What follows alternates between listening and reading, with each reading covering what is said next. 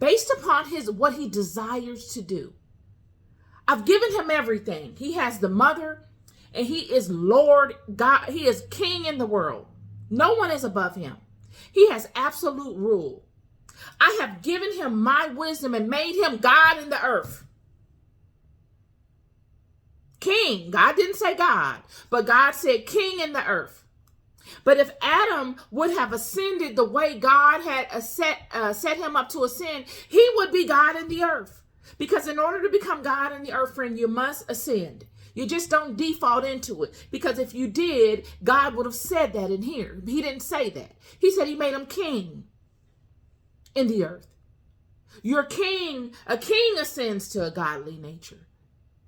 King is a fundamental aspect that God's rise from and to become God's.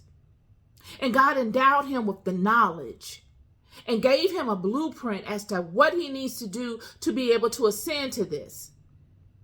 He came down and gave him a one-on-one coaching, mentoring session so that he could be weaned and then he could go out into the garden and be the king that he was designed to be and manage all of the things of the mother. Because this earth is a feminine, she is a mother. This is Adam's first female interaction is with the earth. He is king of the mother. And his job is to manage and to name and to protect and to delegate all of her stuff. He's dependent upon her.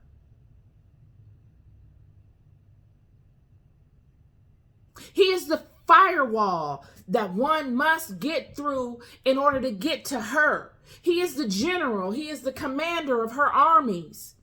He is the protector of her. Because without her, there is no gain. It's all futile. Without the feminine, it's not even worth it. What are you doing it for? This is how God established it. Not just with a woman, but also in the earth itself. If the earth is plundered and if she stops giving forth her fruit, if she stops giving forth her nurture, there's nothing. And I should learn this, and I told him this is good and that bad, that I should learn whether he has love or hatred towards me, that it might be clear which in his race love me. This goes to show you that there would be many Adams. Just like the world it is now. There are many Adams. All bound to the same simple truth. All of them. I don't care what color you are. I don't care what country you're from.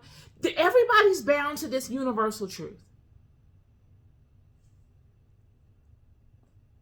For I have seen his nature, but he has not seen his own nature.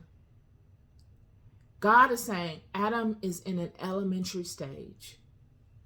He don't know himself. He doesn't know the power that he has. Surely I've told him all that I can tell him. But now Adam must go on a journey. Adam is at that 0 point. And Adam must take his first step. And because Adam doesn't know his nature, he doesn't know what he's capable of. He doesn't know himself. Even though I can tell him all these things, and even if he takes it to heart what I tell him, he cannot truly know it lest he experience it for himself. Therefore, through not seeing, he will sin worse. He's saying Adam doesn't know his nature. Therefore, without him seeing himself, he will make very vital mistakes. He will fall short tremendously. He will make mistake after mistake after mistake, and there will take time for Adam to overcome and learn and gain wisdom from his mistakes. And I said, after sin, what is there but death? He's saying these mistakes that he makes, the only way for him to overcome is to go through the cycle of life and death. He must keep coming back.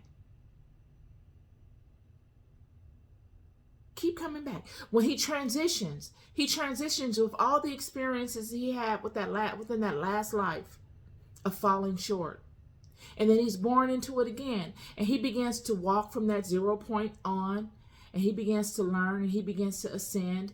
And even in his most elementary stages of ascending, whether it's, wow, I've come into the realization of God being within me. Oh, wow, that's a vital level of ascension from an elementary stage. It might be the first level, but it's a vital level. Okay, great. You've gotten to there. Now you can receive knowledge from the bank of your past life experiences when you were at that level before, giving you extra points, giving you extra knowledge and wisdom, helping you ascend even to the next level. These are these deja vu moments that we have. We're like, dang, I've been here before. I've done this before. How did I come up with that idea? These are things that are stored in the bank of knowledge, in the cloud, if you want to call it that, of past lives, because there's no new experiences.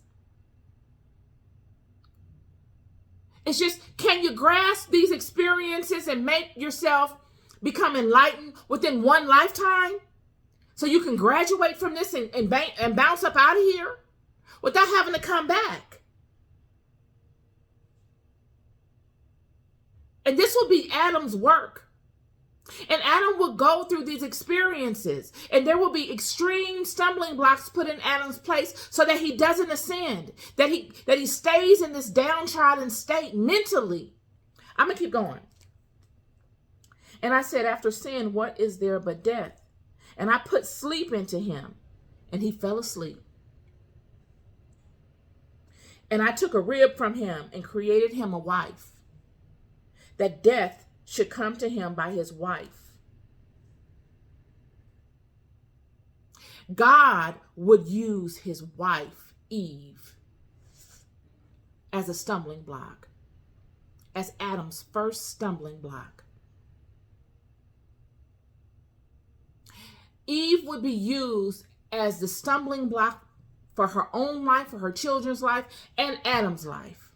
What would happen between Adam and Eve would change the trajectory. It would set them on a new path of self-discovery.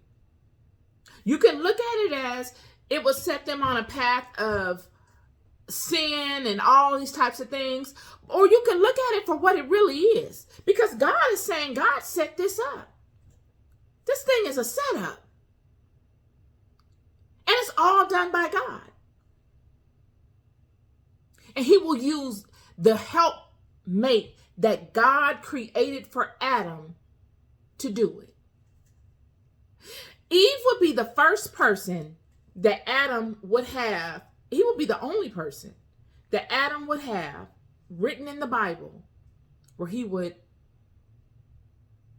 declare over.